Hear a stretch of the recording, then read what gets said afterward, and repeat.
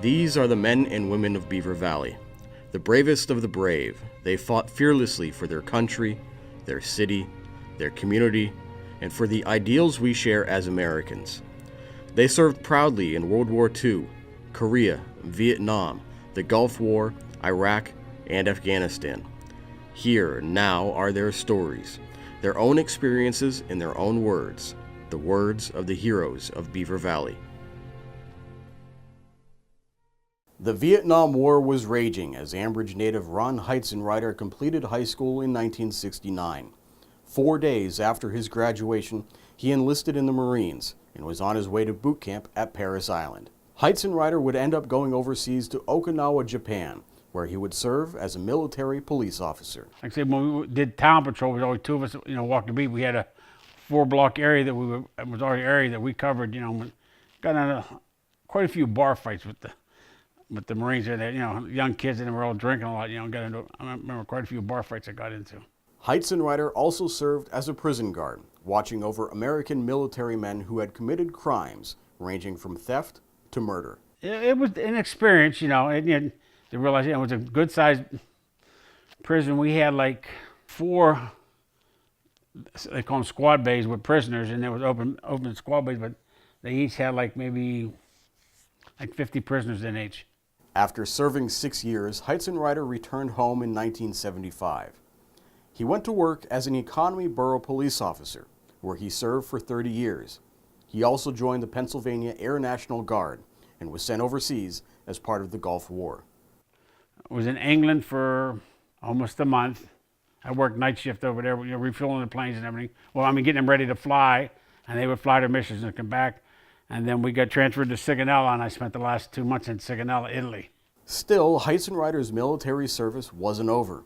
Upon the start of the war in Iraq and Afghanistan, he volunteered to serve once again. So I volunteered to go to Iraq 3 different times, and then I went to Afghanistan once. And in Iraq, I was was in charge of transient alert, all the aircraft that come in, and we would bring them in, park them, and call for fuel and maintenance and stuff for them like that. And then, especially my first tour was in Baghdad, and I worked night shift there, was the supervisor there, and they had a lot of prisoners coming in there, a lot of Iraqi prisoners coming in on the base there. Then the next tour was in Balad Air Force Base in Iraq. Well, I did 2 tours there. We averaged, in fact, like 75 planes a day were coming in and out of there. Maintaining his position in transient alert, he also volunteered at the base hospital. And I ended up with 1,118 hours in a volunteer at the emergency room. I saw a lot of things there. I can't say enough about the doctors and nurses there, what they did. We had a survival rate. If you came in there and to that emergency room there, you had a 98.7% survival rate. We treated all branches of the service. We treated Iraqis, even treated canines, the working dogs. Well, it just something extra to do, to help kill the time. I would average maybe 6 hours a day, then go back to my room just to help me sleep at night. I remember the one soldier to come in. He was hit with an IED.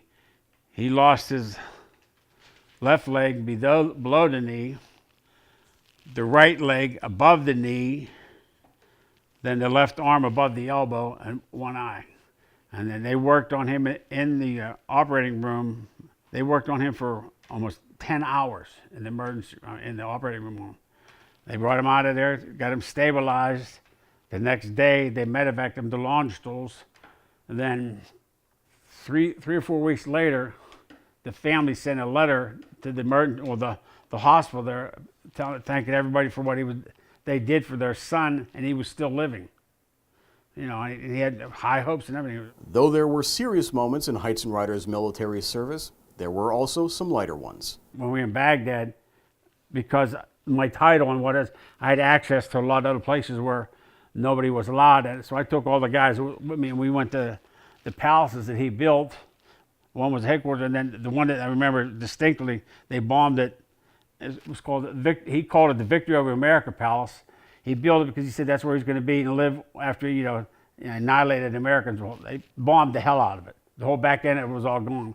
Having served in 4 wars, Heitzenrater notices the differences in the way soldiers are treated by the public. Upon his return from Vietnam, the public wasn't friendly. The biggest thing is the respect. When I come back from overseas the first time into California, I was ashamed of, how the people treated us, the soldiers and so on, calling us every name in the book and stuff like that. However, his return from Iraq provided him with a much different welcoming. The one time, it was when my last grandson was born, so I was going in bed sleeping. I was talking to the flight crew and stuff like I says, he was just born when I left, okay, and I come back and say he's going to be here. I haven't seen him in over a year.